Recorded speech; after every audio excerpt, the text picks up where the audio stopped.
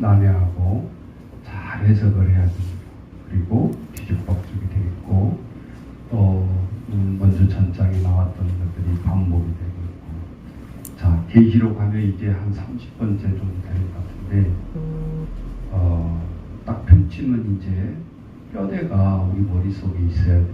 이 정도 들면. 자, 계시록은 사도 요한이 지금 같으면 유배를 당하는 거죠. 어디로? 밤모섬으로.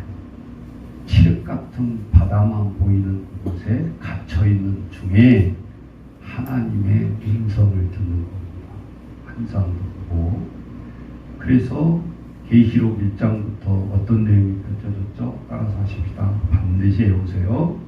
에서보두 사빌라. 이게 7교회의 첫 장만 따서 제가 지금 말씀을 하는 거예요. 에베소 교회, 서머나 교회, 버가모 교회, 두아리아 교회, 에서보두, 그 다음에 사대교회, 빌라델피아 교회, 라오디아 교회. 이렇게 해서 순서도 틀리지 않게 에서보두 사빌라. 그래서 아시아의 7교회를 지칭했는데 이것은 세상에 수백만의 교회 중에서 7개를 지칭한 것이 아니고 7개의 교회를 통해서 하나님이 칭찬을 하시고 항상 순서가 그 다음에 책망을 했던 내용들이 에베소 교회, 서머나 교회, 두아리아 교회, 라오디아 교회 이렇게 쭉 우리가 보았습니다. 그래서 첫사랑을 잊어버린 교회도 있었고 하나님 앞에 칭찬도 받고 교회마다 책망이 있었다라는 것을 잊어버리지 마시고 그 7개의 유형 중에서 우리가 속한 교회는 어느 성격의 지금 교회일까? 세계의 모든 교회도 비춰보면 다 그 7교회에 들어간다. 한국에도 세계적인 큰 교회와 제일 큰 교회를 세웠지만 또 하나님 앞에 책망이 있는 사건도 있었잖아요. 예.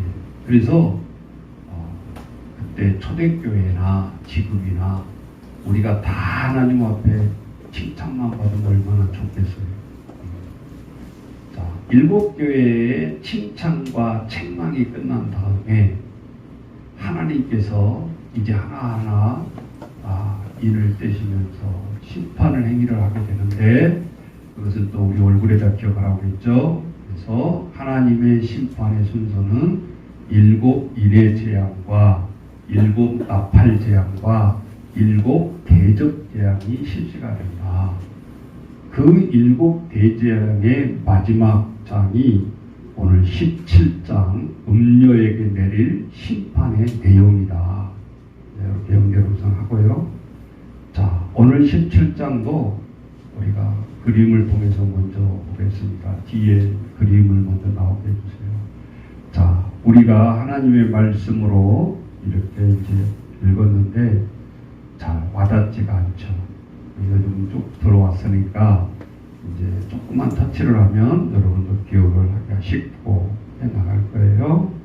자, 우리가 이 뿔을 가진 바다에서 나온 짐승을 본 적이 있어요. 그죠?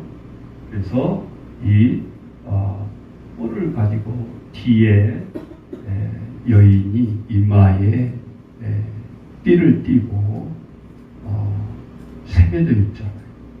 그리고 오른손에는 금잔을 가지고 있다. 그랬어요. 성경에.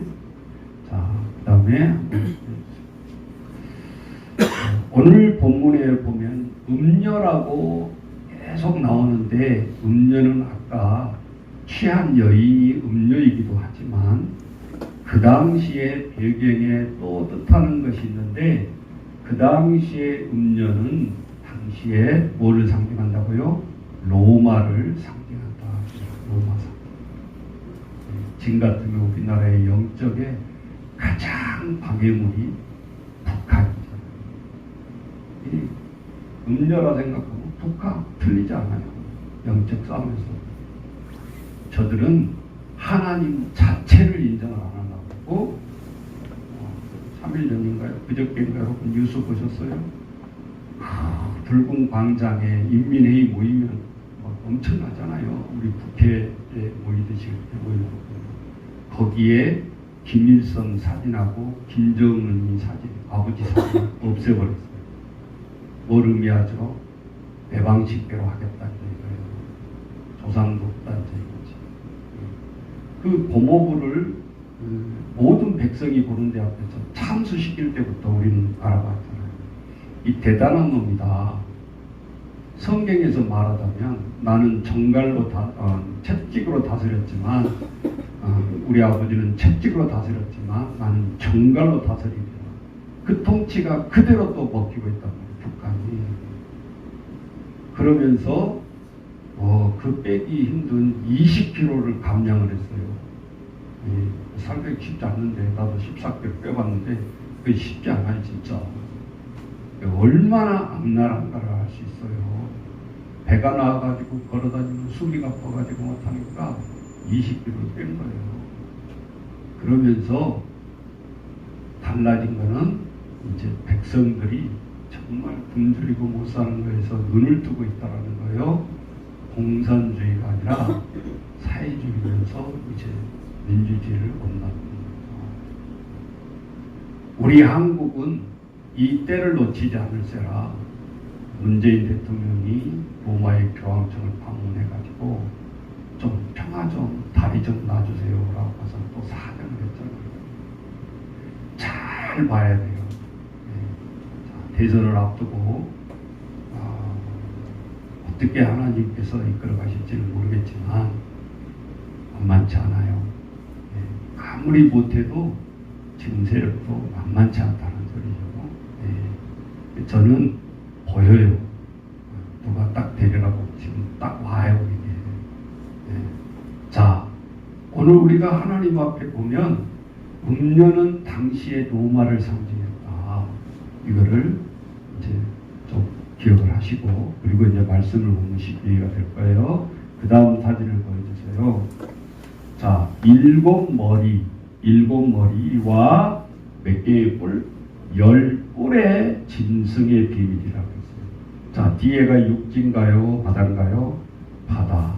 자, 바다에서 올라온 짐승들이 활개를 치는데 거기에는 7머리와 10뿔의 짐승이 있다. 이 상징이 도대체 그럼 뭐냐? 자, 그 다음 보세요. 자, 첫 번째 큰 음녀의 이마에 기록된 비밀. 오른손에 금잔을 가지고 오늘 소개되는 말씀입니다. 넘겨주세요. 자, 그 비밀이 큰 바벨론. 우리 역사 속에 나오는 그 바벨론도 되지만 이 계시록에 나오는 큰 바벨론. 역사 속에서 얘기를 하는 거예요. 이 땅에 가증한 것들과 음녀의 어머니. 자, 그 다음 이 어머니의 근원은 도시와 나라를 상징하는데 호세아서 2장 3절 5절, 이사야 50장 1절, 갈라디아서 4장 26절에 언급을 하고 있어요. 자, 넘어가 주세요. 자, 그리고 피에 취해 있는 여인, 피에 취해 있는 여인. 이거를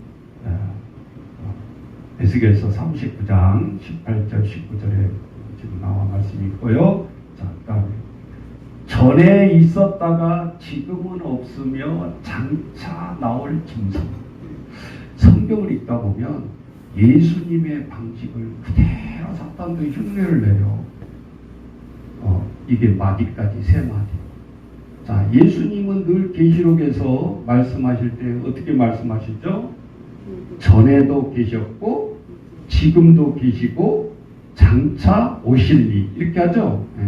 근데 사탄도 전에도 있었고 사탄 지금은 없으며 장차 나올 짐승. 아셨죠?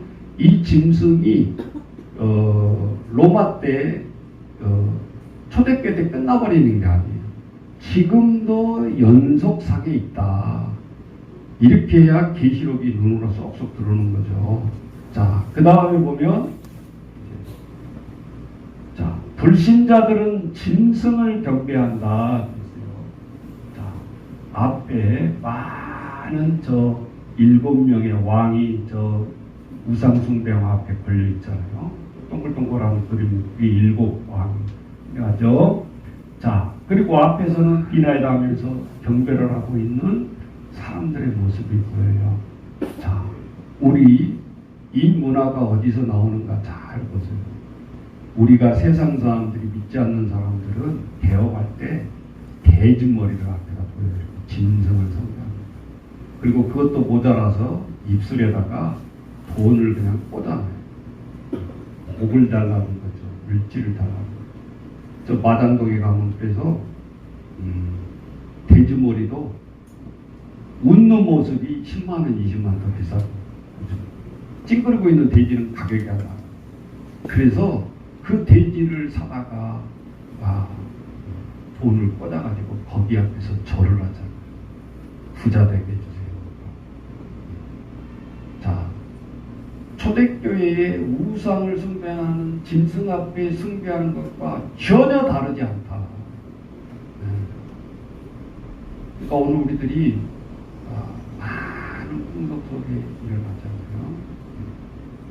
자, 그 다음 보면 우리가 666은 우리가 해석을 했고요. 자, 그 다음 넘겨 보세요. 여기 잘 기억해야 하고요.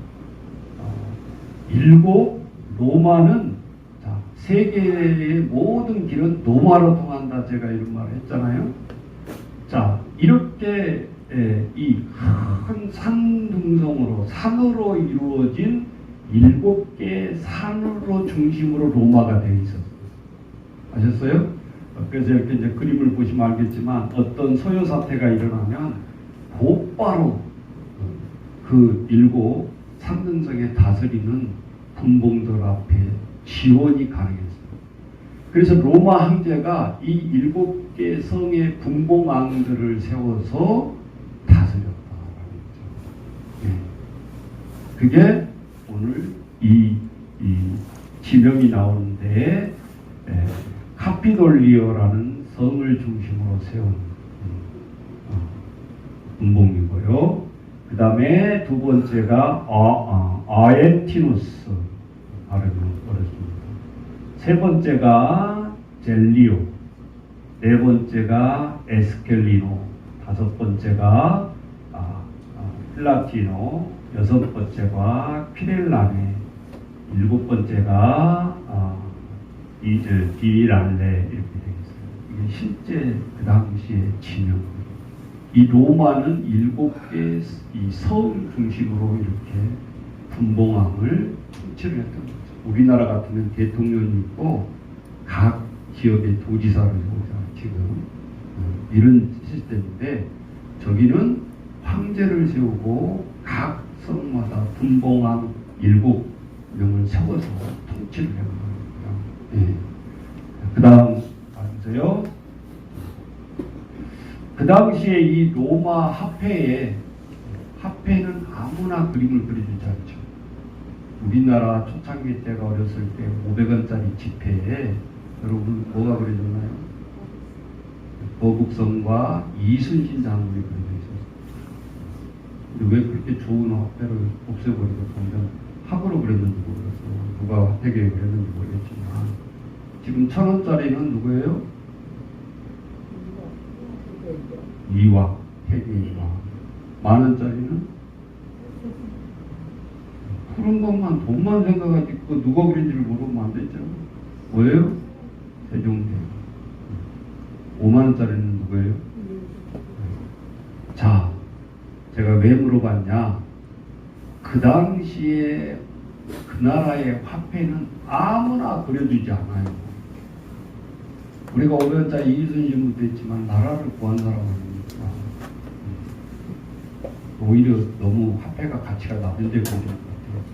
이순신은 지금 한 10,000원 정도에 그려져야 되는데 사실은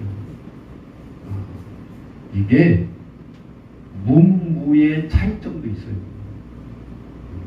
우리나라 대통령은 이승만 빼놓고 이렇게 해가지고 다 독재로 정권으로 군사 정권으로 세워졌다네요. 박정희 뭐 있잖아요. 다 이제 세사람 모태우까지 돌아가시긴 했지만, 자 그래서 많은 세상들 앞에 봉사를 하고 통치를 하지만 역사가들이 이제 심판을 하잖아요. 그래서 결정을 하는데 그 당시에 아까 9개의 산이 그려져 있어요. 로마 배가. 그리고 그 산 위에 앉아있는 로마의 여신이 있다. 지금 상경을 보면요. 자, 그 다음 장에 보면 더 자세히 나와 있어요. 여자가 앉아있는 것은 7왕이다. 7왕으로 이제 해석을 하는데 그 다음 더 자세히 이제 풀어놓았어요. 자, 보시면 빨간 글씨로 보면 아까 로마의 7산에 그려진 것이 화폐에 옮겨져 있어요. 그래서 1, 2, 3, 4, 5, 6, 7. 네. 그러니까 이 동전 하나에 비밀이 다 있는 거예요. 이게 세상 화폐로 똑같이 사용되지만 상징이 다 압축해서 들어가 있다고 거죠. 네. 그래서 머리 7은 그 여자가 타고 있는 7산이요 또한 7왕이다. 아셨죠? 예. 자, 그 다음 있어요. 자, 보나요? 자, 다시 이제 하나님 앞에 이 이미지를 통해서 보았고, 자, 계시록 17장 1절로 가봅니다.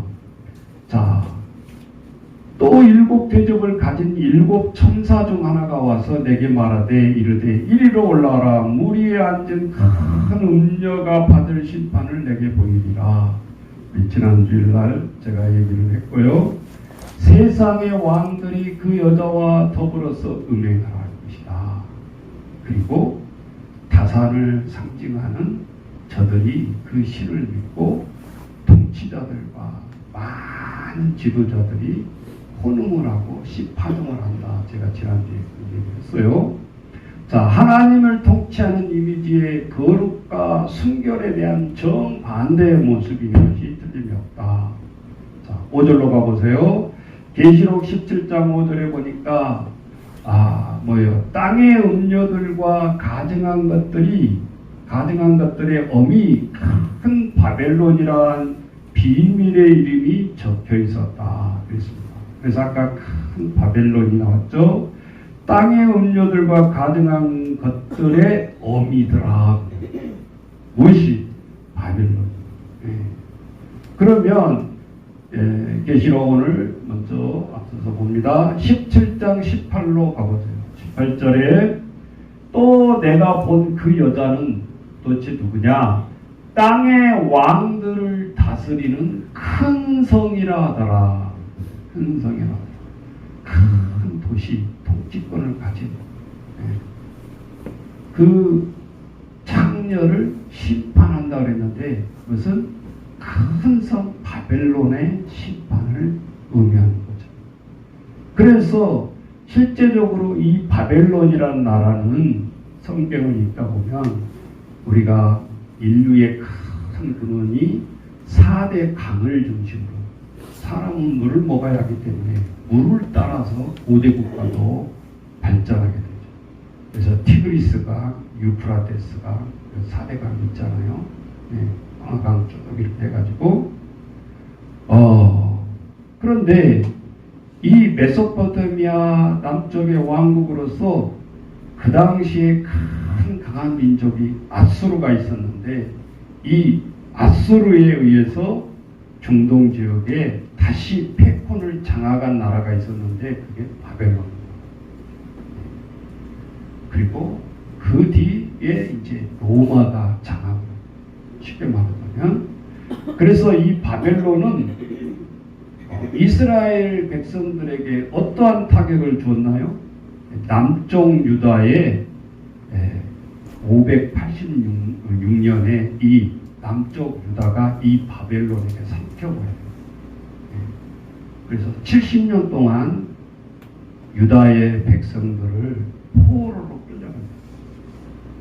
우리 36년 일제 치하를 당한 것처럼 이 남쪽 유다는 그렇게 해서 멸망을 당하고, 이스라엘은 바벨론 이전에도 많은 여러 민족들에게 침략을 당한 경험이 있죠. 지긋지긋한 식민지 생활, 애굽에 430년 동안을 종살이했어요. 이거는 인간다운 삶이 아니었어요. 우리가 10대라든지 그런 영화에 보면 이스라엘 백성들이 집과 진흙을 통해서 진 같은 벽돌을 생산해야 돼요. 계획이 돼요. 이 바로의 지금 이집트의 모든 유족들 보면 수많은 사람이 그 유족 하나 세우기 위해서 죽어갔죠. 사람들이 여행을 하면서 이야 이거 대단하다 이렇게만 쳐다보지, 그 유물을 세우기 위해서 얼마나 많은 사람이 죽었는가를 생각합니다. 노예 삶 속에서 그렇게 해서, 그런데 그때의 그 유족들과 그 건물들이 지금까지 건재한다는 걸 생각해보세요. 얼마나 튼튼하겠죠. 실제적으로 우리는 그 속에 있는 내면은 알 수가 없는, 말을 사람들이 잘 안 하니까 큰 바벨론, 그래서 이 큰 바벨론을 큰 창녀로 비유를 하고 있어요. 그래서 하나님의 백성들을 괴롭히는 대적, 더 말해서 세상의 모든 영의 세력들. 그래서 우리는 이거를 혼돈해가지고 잘 써먹지도 못하고 세상을 바라보면서도 영안으로 보지를 못하는 거예요. 돈 몇 푼 주면 그냥 그 사람 찍어주고. 그리고 얼마나 우리가 어리석냐. 이번 대선부터는 주면 그냥 받는 거예요. 그리고 찍은 거는 뭐 누가 몇 번 찍으면 어떻게 할 거예요? 소신껏 우리 영의 영으로, 정직한 영으로 돈 몇 푼에 매수되지 말고 뭐 니장이라고 뭐 먹고 그냥 찍어주고, 그러니 이 모양 이 꼴이지. 리더자가 그렇게 선출되니까 결국은 우리가 다시 고통을 당하잖아요. 이렇게 백성들이 몰라요.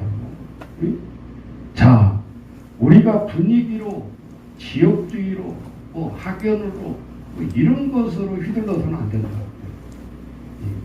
세계의 12국가인데 이제는 그렇게 하면 안 되잖아요. 자, 그 당시에 큰 바벨론, 그래서 실제적으로 꼭 찍어서 얘기하라 그러면 뭐예요? 로마 제국을 의미했다. 이렇게 하시면 될 것 같고, 자, 계시록 17장 3절에 한번 가서 다시 짚어보면, 자, 빨간 짐승을 타고 앉아있는 모습. 자, 보세요. 성령으로 나를 데리고 강야로 가니라. 내가 보니 여자가 붉은빛 짐승을 탔고, 아까 나왔죠? 그림. 그 짐승의 몸에 하나님을 모독한, 이게 중요하다. 금잔을 입고 자줏빛을 입었다는 게 그게 중요한 게 아니고, 그 입은 여자가 붉은빛 짐승을 탔는데 그 짐승의 몸에 하나님을 모독하는 이름들이 가득했고, 대적자잖아요. 대적자. 하나님의 대적자. 이걸 놓치지 말아요.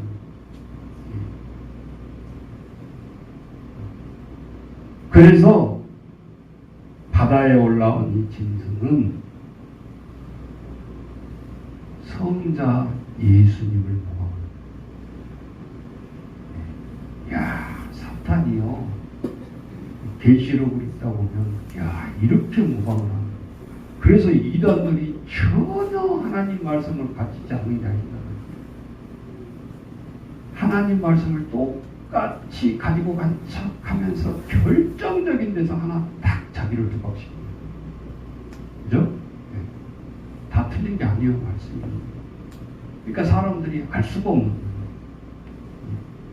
아니 100마디 중에 90마디가 다 틀린 이단 이야기라고 누가 이단에 빠지겠어? 아니요. 이단들은 이 정체가 기존에 있는 교회들을 계속해서 핍박을 하고 부정적인 요소를 이야기를 해요. 그러면 하나님의 정통적인 교회고 하나님 말씀을 섬기는 자들이 마음을 좀 떠나게 해서 그때 확 올라채버려요. 그거에 직장에 올리게 하고 동료들에 올리게 하고 집에까지 쫓아가서 이 세력들을 올바비를 내고 빠져나올래야 빠져나올 수 없게 만들어놓는 거지. 그게 이단들이 행하는 술집들이다 말이에요. 그래서 이 짐승과 큰 창녀가 긴밀한 관계에 동역하는 관계를 보여준다. 그래서 로마 우리가 앞에서 배웠지만 네로 황제라든지 그 당시에 보면 많은 황제 세력들이 왜 그렇게 초대 기독교인들을 핍박을 했을까? 왜 사자굴에 다 사자들을 굶주린 자들을 끌어내서 로마의 원형 경기에서 그 자리에서 사자들이 씹어먹게 그렇게 핍박을 했을까라는 것을 이해를 할 수 있는 절대 로마 황제에게 숭배 안 하죠. 로마 황제에 대해서 적대시를 하니까 저것들을 다 그냥 몰래 죽이는 것은 분이 안 풀려. 그래서 원형경에 모든 백성들 보는 앞에서 황제를 숭배하지 않으면 이렇게 사자에게 씹어먹힐 줄 알아라 하면서 겁을 줘. 그런데 거기서 하나님이 역전시키는 거죠. 아이를 안고 사자에 씹어먹혀가면서도 두려워 떨고 막 덜덜덜 떨 줄 알았는데 기독교의 여인들이 특히 그래서 아이에게 다독거려. 아이야 조금만 참아라. 하나님이 원하시는 그 세계에 들어간다. 로마 황제가 술 취해서 희닥거리다가 어느 한순간에 이 영이 임하게 되고 그래서 사색이 되어지고 아니 저것들이 사자에 씹어먹혀도 떨리지도 않고 저 믿는 예수가 도대체 누구냐? 이 황제보다도 그 예수가 누구길래 저렇게 죽음의 생명을 바치느냐? 그래가지고 이 사탄의 영을 헷갈아가게 만드는 거예요. 순간적으로. 그러니까 사탄 세력들에게 성령이 임하는 거죠. 그러면서 왕궁에 들어가서 가족회의를 합니다. 교회사에 나와요. 우리 며느리들을 로마인들 택하지 말고 저 애굽에 종살이 했던 저 여인들을 궁으로 몰래 비밀리에 들여요. 그래야 튼튼하고 천년만년 로마가 가기를 계획을 세운 거예요. 황제. 근데 여러분 보세요. 하나님을 신실하게 믿는 여인이 왕궁으로 들어오니까 어떻게 되겠어요? 서서히 스펀지에 물 스며들듯이 왕궁이 스며들기 시작합니다. 교육도 탈무드 교육으로 해가지고 철저히 교육이 되어집니다. 그 당시 황제는 물론 로마가 기독교가 국교로 되는 것을 못 보고 죽었지만 왜 AD 313년이라는 말은 예수님이 이 땅에 태어나신 뒤에 313년이 되었을 때 로마가 국교로 선포를 해요. 선포를. 그냥 바로 이거를 받아들였겠어요? 아니잖아. 포로 백성, 너의 삼은 백성들을 저들이 믿는 신으로 믿으려고 그러겠냐고. 그래서 이 로마의 네로 황제를 대표해서 기독교를 박해한 황제들을 이 짐승이 상징하고 있다. 네. 자, 계시록 17장 8절로 가봅니다. 자, 내가 본 짐승은 전에 있었다가 지금은 없으나 소멸된 국가를 얘기하는 거잖아요. 장차 무저갱으로부터 올라와 멸망으로 들어갈 자니 땅에 사는 자들로서 창세 이후로 그 이름이 생명책에 기록되지 못한 자들이 이전에 있었다가 지금은 없으나 장차 나올 짐승을 보고 놀랍게 여깁니다. 장차 나온다고 했잖아요. 네. 그 다음 재림 주님의 모방해서 말씀이 그대로 또 나오잖아요.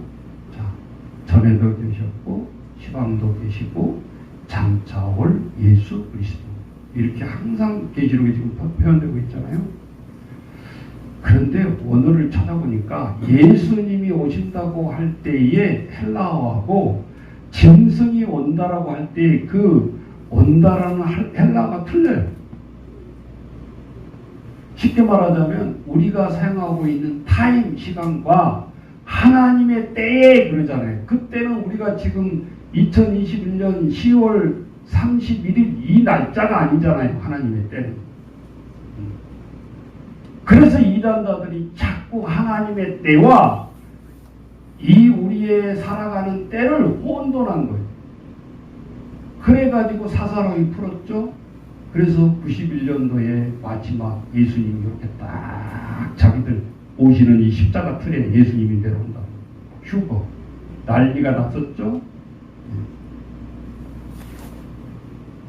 그러니까 어떤 이단들은 연기했어 그러기도 하고, 그때 휴거가 안 된 뒤로 다 해체가 됩니다. 이 사기꾼아, 영적 요멸을 창조한 거죠. 자, 그 전까지는 캐시라 뭐 예수님이 재림한데 뭘 이 세상에 뭐 재물이 필요있고 뭐 다 싸다 갖다 붙죠. 오대양 사건, 첫 장에서 수십 명이 떼죽음을 당하고, 도대체 이해가 안 되는 거예요. 이 영의 비밀에 홀린 사람들은 우리가 이해가 안 되는 거예요. 곧 종말이 오는데 저 멍청한 놈들은 그것더라고요. 서로 이해가 안 돼요. 이 계시록에 예수님이 온다고 할 때는 엘코마이라는 단어를 쓰고 있고, 짐승이 온다라고 할 때는 파레미라는 헬라 단어를 쓰고 있어요. 다른 거예요. 짐승과 예수님의 다시 오심에 차이가 있다 그 말이에요. 학자들은 이 큰 창녀들을 자 로마 시대의 경제적인 측면을 얘기한 거다. 흥청망청 쓰고 하고, 우리 정치 세력에서도 내가 그걸 볼 수 있어요. 우리 잘 꿰뚫어 봐요. 하나님을 믿는 정통 개신교 신앙은 켈빈을 중심으로 한 사상은 철저히 검성.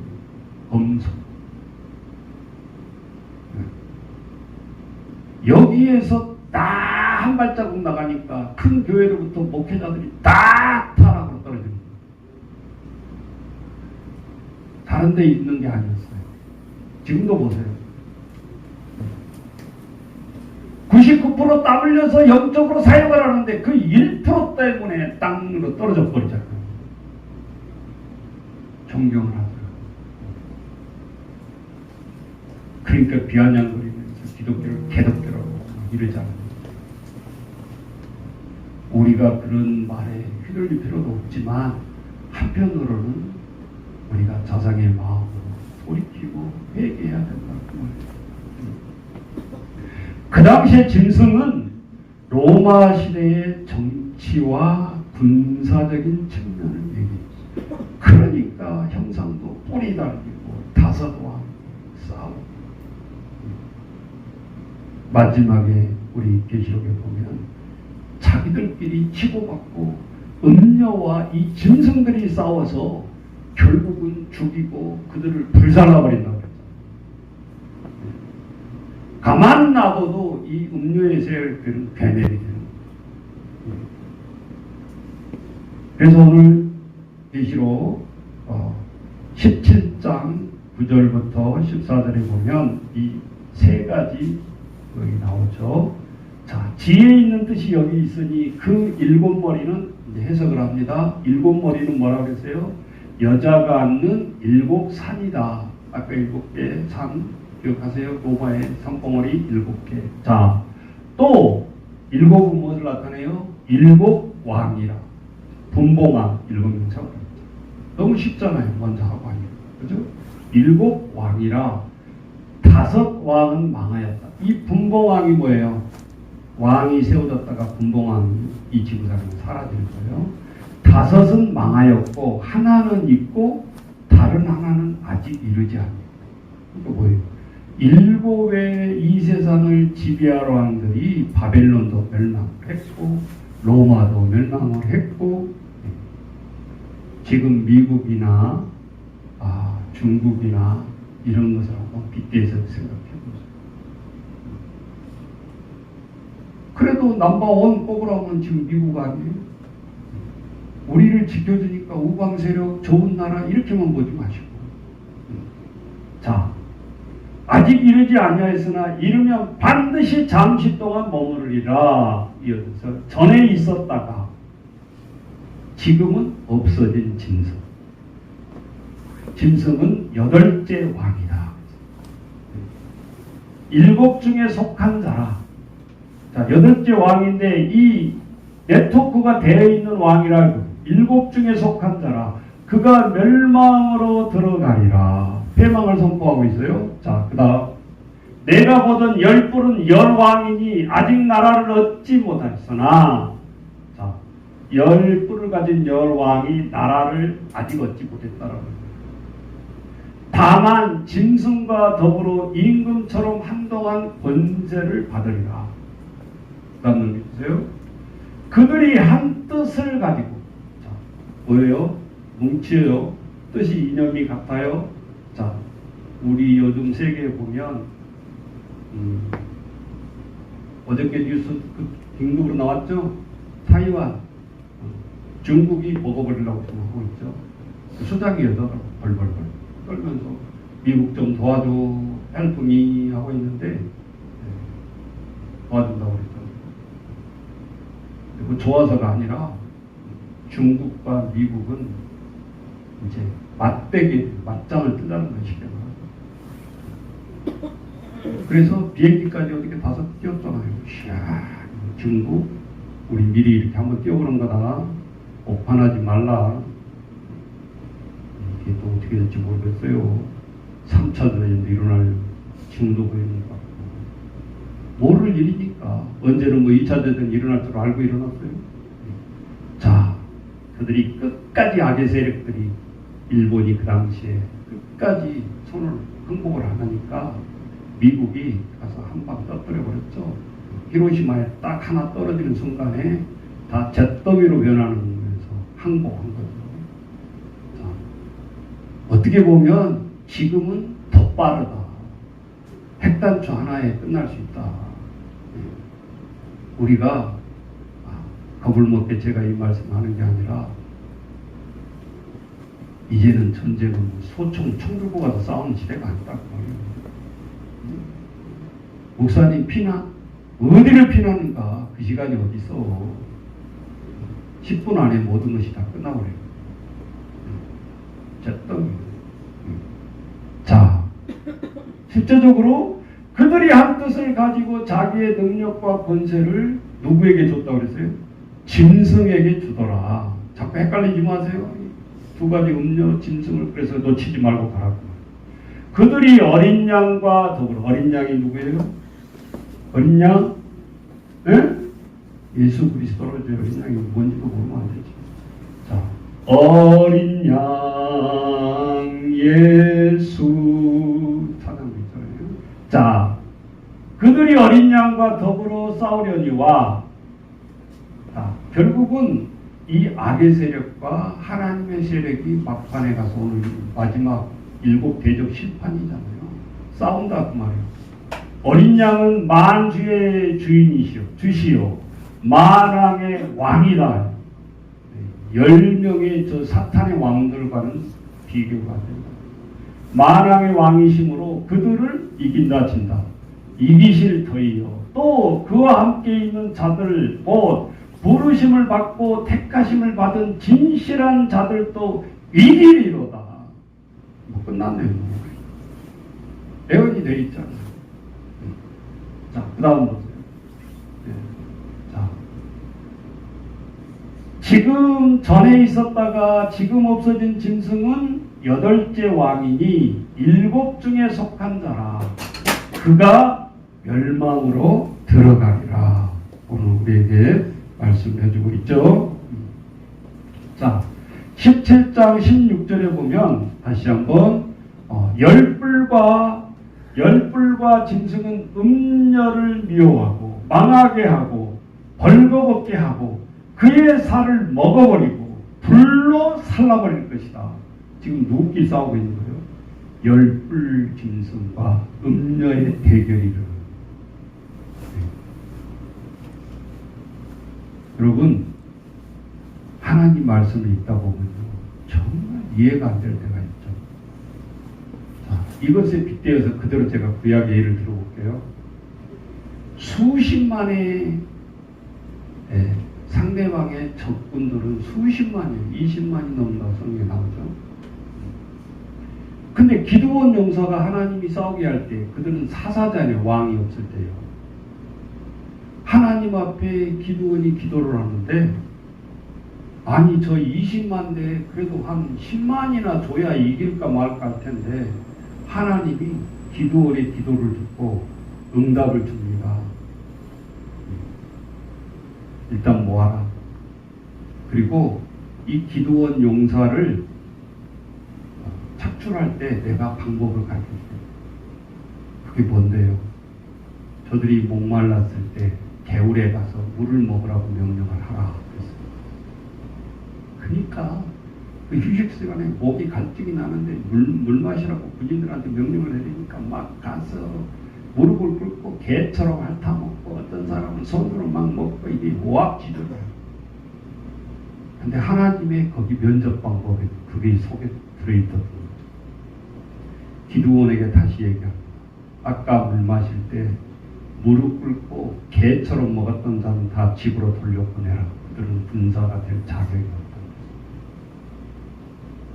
없다. 기드온이 정말 이거 난감한 거예요. 아니 저기 20만인데 몇 명 남기라고 그러냐? 조사해봐라. 정식으로 손 뻗어서 먹는 군사는 300명. 그것도 기적이요. 301명도 아니고 300명. 아까 물 먹을 때 두 손으로 먹은 사람 있죠. 무릎 꿇고 개처럼 핥아서 먹는 사람 있죠. 이쪽이 훨씬 많죠. 급할 때 본 모습이 나오는 거예요. 아무리 내가 목말라 죽겠어도 두 손을 움켜쥐고 먹었던 자 300명만 용사로 남기고 나머지 다 집으로 돌려보내라. 그래서 기도원이 난감한 거예요. 하나님 어떻게 하시려고요? 20만을 어떻게 300명으로 이겨요? 1대1 너 죽고 나 죽자 싸워도 300대 20만이 어떻게 이기겠어요? 여러분 우리가 영화 같은 거 보면 기가 막히게 잘 싸우는 폭력 두목이 있어요. 근데 100명만 붙여봐. 어디 봐. 뭐 죽으면 죽으리라 달라들어서 꽉 붙들어 버리는데 뭐 어떻게 하겠어? 숫자도 무시를 못한다고. 그런데 하나님이 뭐예요? 기드온에게 얘기를 합니다. 기드온이 왕도 아니고 장군도 아니고 고작 족장이야. 말 들어야지. 하나님 앞에 불만도 많은 하나님 도대체 저는 이유를 모르겠습니다. 어떻게 하시려고요? 그 다음에 어명이 떨어지죠. 빈 항아리와 300명에 다 준비를 시켜라. 항아리와 햇불을 들고. 아니 창과 방패를 들어도 이길까 말까인데 지금 무슨 항아리에 햇불이 하나님 또. 우리는요 내가 있을 뿐이고 히브리 사고방식으로 하면 그렇게 하면 빨리빨리 진행이 되고 빨리빨리 하나님이 승리를 이끌어줄 텐데 꼭 물어. 하나님 저기 창가 방패인데 항아리 대 뿔이 뭡니까 이게? 왜 이걸 해야 되는데요? 하나님은 브레이크 안 걸리시죠? 계속해서 하라면 하라는 소리 하지만 말이 많네 자식. 기드온은 이제 잠이 오지를 않는데 하나님이 잠자지 말라고 하죠. 지금 같으면 한 3시까지 잠을 못 자요. 그리고 지금 300명이 항아리와 횃불을 들고 있어요. 자, 하나는 큰 무대 같은 소리를 내고 그 칠흑 같은 밤에 횃불은 저들을 혼미하게 하기 위해서 작전을 쓰는 거예요. 하나님은 지금 타이밍이 지금 깨뜨리라. 항아리를 셋이 와장창창창 하면서 막 깨뜨릴 거 아니에요. 근데 군대 막사에는 불이 다 꺼진 상태예요. 작들끼리 착각을 합니다. 우리 잠자고 있는 막사에 다 들어와서 우리는 완전히 꼴됐다. 그러니까 칼을 빼가지고 보지도 않고만 나 혼자 빼놓고 다 죽이는 거예요. 나중에 정신 차려보니까 뭐예요? 우리가 우리끼리 다쳐서 죽였네요.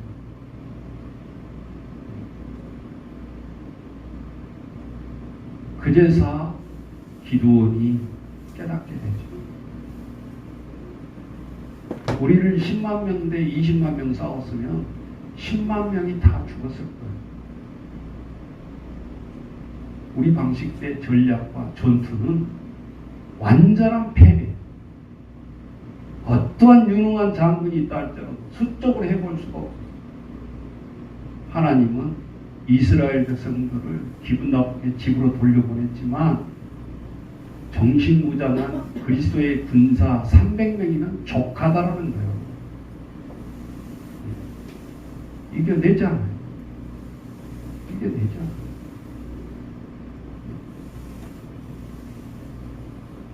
그래서 성경을 읽다 보면 우리는 이해가 안 됩니다.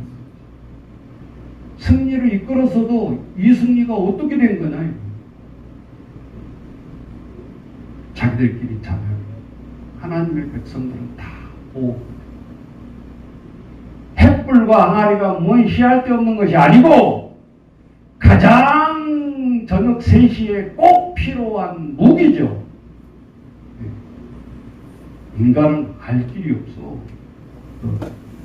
이걸 화학적으로, 물리학적으로, 기하학적으로, 전술학적으로 뭘 따지기를 그렇게 따져서 되는 게 아니라 우리나라 보세요. 저 북한에서 핵 쏜다고 그러니까 미국 군대 와서 이거 받아낼 것 빨리 설치해 그랬잖아요. 뭔 소용이 있어요. 정치 안 읽고 성경 한 번만 읽어보면 그거는 무력 대 무력으로 해결할 것이 아니라는 걸 알 수 있잖아요.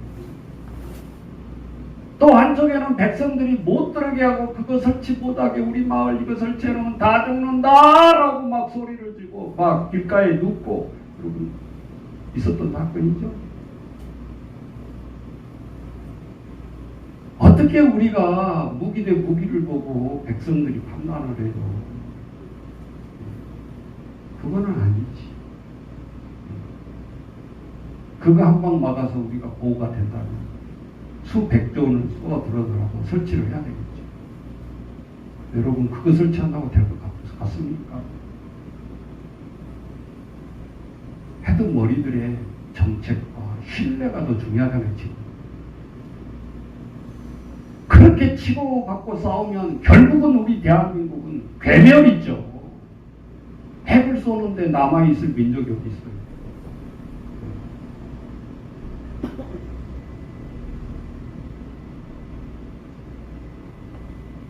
그래서 오늘 17장 16절에 보면 그들은 그 창녀의 살을 삼키고 여자를 불에 태울 것이다.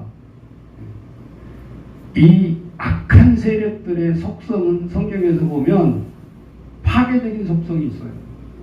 파괴적인 속성. 우리 아이들을 양육해봐도 여러분 이 기도가 얼마나 힘들지.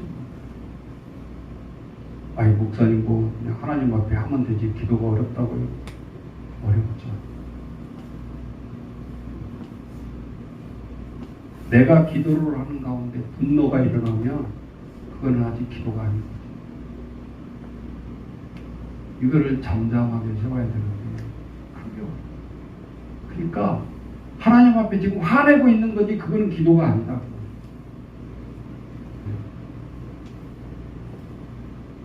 그래서 우리가 늘 얘기하잖아요. 주님의 뜻대로 하옵소서. 아버지의 뜻대로 하옵소서. 예수님도 마지막 최종 기도할 때 올라가게 해주세요. 도저히 나 십자가 못 집니다. 그건 기도가 아니에요. 내 의도대로 내 뜻대로 하는 것은 내가 하나님 앞에 띵깡 놓고 있는 거구만. 쉽게 말해요. 그래서 바로 소정하죠. 예수님이 아버지여 이 인간이 질 수 없는 최고의 고통, 연속국에서 보면 사약을 내리는 순간입니다. 마시면 죽는 거죠. 한 발 뒤로 후퇴해서 아버지의 뜻이라고, 아버지의 뜻대로 행하게 해주세요. 내가 그렇게 인내하게 해주세요. 죽을 고통이 있더라도 인내하게 해주세요. 이게 내 기도거든요. 하나님의 뜻에 합한 기도. 그래서 기도가 진짜 기도는 어렵다라는 거예요. 기도가 어렵다. 악의 세력들은 두 번째, 겉으로는 연합한 것 같아. 짐승하고 열불 달린 저하고 음녀하고 얼마나 사이가 좋았어요. 근데 마지막에는 서로 물고 뜯고, 로마서에 보면 너희가 서로 물고 뜯다가 피차 멸망할까 조심하라. 근데 이들은 조심을 안 해요. 그냥 그대로 가버리는 거예요. 네가 죽든 내가 죽든. 그래서 악의 세력들은 겉으로는 연합한 것 같지만 속으로는 미움과 다툼의 불씨를 항상 안고 있다. 여러분, 이게 중요해요. 그리고 우리가 뭔가를 진행하다가 내가 내 마음을 주체할 수 없는 때가 들어와요. 그때 조심해요. 그래서 최초의 살인자 가인이 하나님 앞에 예배할 때 일어났다는 사건이에요. 기억하셔야 돼요. 아벨은 하나님이 불을 촥 내려줘서 살라주고 나는 죽어라고 이 농산물 차려놓는데 하나님 대답이 없어. 어지센 놈 멍청한 것 같으면 하나님 안 받으라면 말고 그렇게 갈 수 있잖아요. 근데 동생 것을 이렇게 촥 태워서 번제로 들어진 걸 보고 너무 화가 나. 하나님 왜 내 것을 안 받는 거야? 그 화가 빨리 컨트롤해야 되는데 못하고 돌을 집어들어서 아벨 동생을 찍어버리잖아요. 이게 물건 뺏기에서 일어난 게 아니고 하나님 앞에 제단에서 일어났다는 걸 영적으로 다시 해석을 해보세요. 하나님의 예배 중에도 엄청난 이 악랄한 악의 세력들이 예배를 방해하고 있고 기도를 못하게 하고 하나님 앞에 절대 선한 마음을 갖지 못하도록 해요. 그래서 내가 하나님 앞에 기도하는 것이 점점점 멀어질 때 목사님은 불안해요. 저 사람이 힘들겠다. 저 집안 힘들겠다. 아니나 다를까 꽝 터지지. 못 깨달아. 경고를 해도 못 깨달아. 여러분 우리가 꽝 터지면 기도할 것 같죠? 못해요. 훈련되지 않는 사람은 그대로 넘어져요. 주님 배신하고 더 떠나가요. 하나님이 어디 있어? 내 주먹을 믿어. 이렇게. 그럼 어쩔 때 다시 손 들고 들어올까요? 처음 보여오지요. 손 들고 옵니다. 도저히 내 힘으로는 안 되는구나. 근데 너무 마음이 아프죠. 회복이 너무 힘들죠. 회개한 것까지는 안 하는 것보다 100번 나은데 너무 힘들다 그 말이에요. 거기까지 가게. 우리가 물에 빠져 죽어가는 사람, 아무리 내 자식이라 할지라도 내가 수영을 못하면 절대 뛰어들면 안 되는 거예요. 같이 죽는 거예요. 아시죠? 안아버린다. 내가 헤엄 못 치게 나를 꽉 붙들어버려요. 아무리 빼내려고 해도 빼낼 수가 없어. 왜? 죽음 앞에서는 그 힘이라는 것은 대단한 거거든. 그러면 아무리 내 사랑하는 독자라 할지라도 물에 빠져서 허우적거릴 때 내가 수영할 수 없으면 언제까지? 오르르 하고 물 먹을 때까지.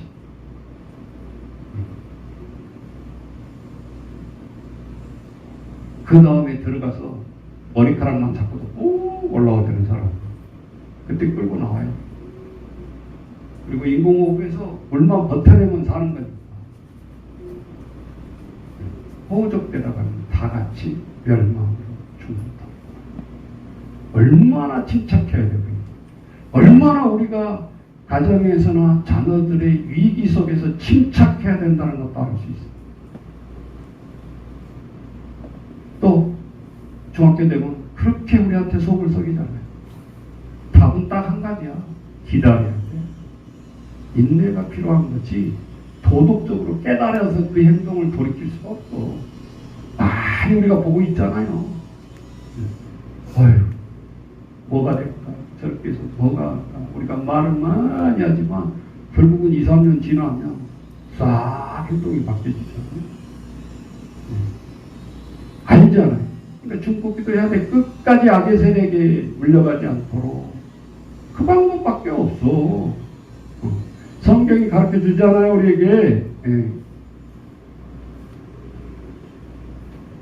저들은 짐승과 창녀가 얼마나 빈약하고 가만두어도 서로 물고 뜯는 가운데 멸망하고 말 것인데 우리가 나서서 저들과 싸운다고 저들이 우리에게 항복하지 않는다. 우리 악한 행동을 회개합니다. 이렇게 나오지 않는다. 우리가 전전설교 시간에 들었잖아요. 불로 사르고 하나님이 불로 앞에서 태우는데도 회개하지 않더라라고 했잖아요. 재앙에서. 하나님 말씀이 진리라면 맞는 거지.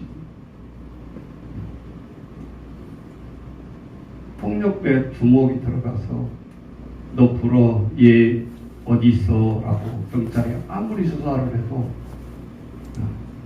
피를 술잔에 타서 피를 나눈 형제들이 조직체가 너가 죽는 순간까지 있어도 배신하지 아니하면 너희 자녀와 너희 아내는 내가 다 책임진다는 뜻입니다. 그러니까 절대 불지 않죠. 그 부는 쫄게다 그거는 아직 조직에 인정을 안 한 쫄게다 말이에요. 근데 그 비밀을 안 하려고 어떠한 고문을 하고 어떠한 것을 할지라도 진짜 두목 밑에 쫄게라고 한다면 죽이려면 죽여라. 나는 못 부른다. 그게 역설적인 진짜 제자다. 근데 우리 주님의 제자는 다 부인하고 도망가버렸어요. 폭력배 쫄개들부터 못한 거죠. 처음은 그랬다. 나중에 회개를 하고 거꾸로 매달려서 순교를 당하고 우리 모든 보면 야고보 같은 경우는 톱으로 썰어서 사람을 톱으로 썰어도 불리하고 부인하지 않고 신실한 제자로 순교를 다 당했잖아요. 예. 자신을 불러일으키고 권세를 준 큰 영도 오늘 어린 양 앞에서 보혈로 권세가 꺾이고 저들을 이기리라. 대단한 싸움이 벌어진 줄 알고 계시록을 봤더니 너무 허망하죠. 어린 양 앞에서 그대로 꺾어버립니다. 자, 17장 14절에 다시 보면 그들이 어린 양에게 싸움을 걸 터인데 어린 양이 그들을 이길 것이라. 어린 양이 만주의 주요 만왕의 왕이기 때문이시다. 자, 끝으로 우리가 하나님이 우리의 믿음 속에서 그분의 왕권을 어디까지 미치고 있는가? 만주의 주요 만왕의 왕이시다. 어린 양과 함께 있는 사람들은 오늘 기드온의 전쟁에 참여를 안 했지만 안 한 자들도 승리를 같이 만끽하는 거지. 집에 돌려보냈다고 우리는 군인이 아닌가 이렇게 불만이 아니다. 때로는 하나님이 우리를 향한 생각이 얼마나 깊고 넓은가.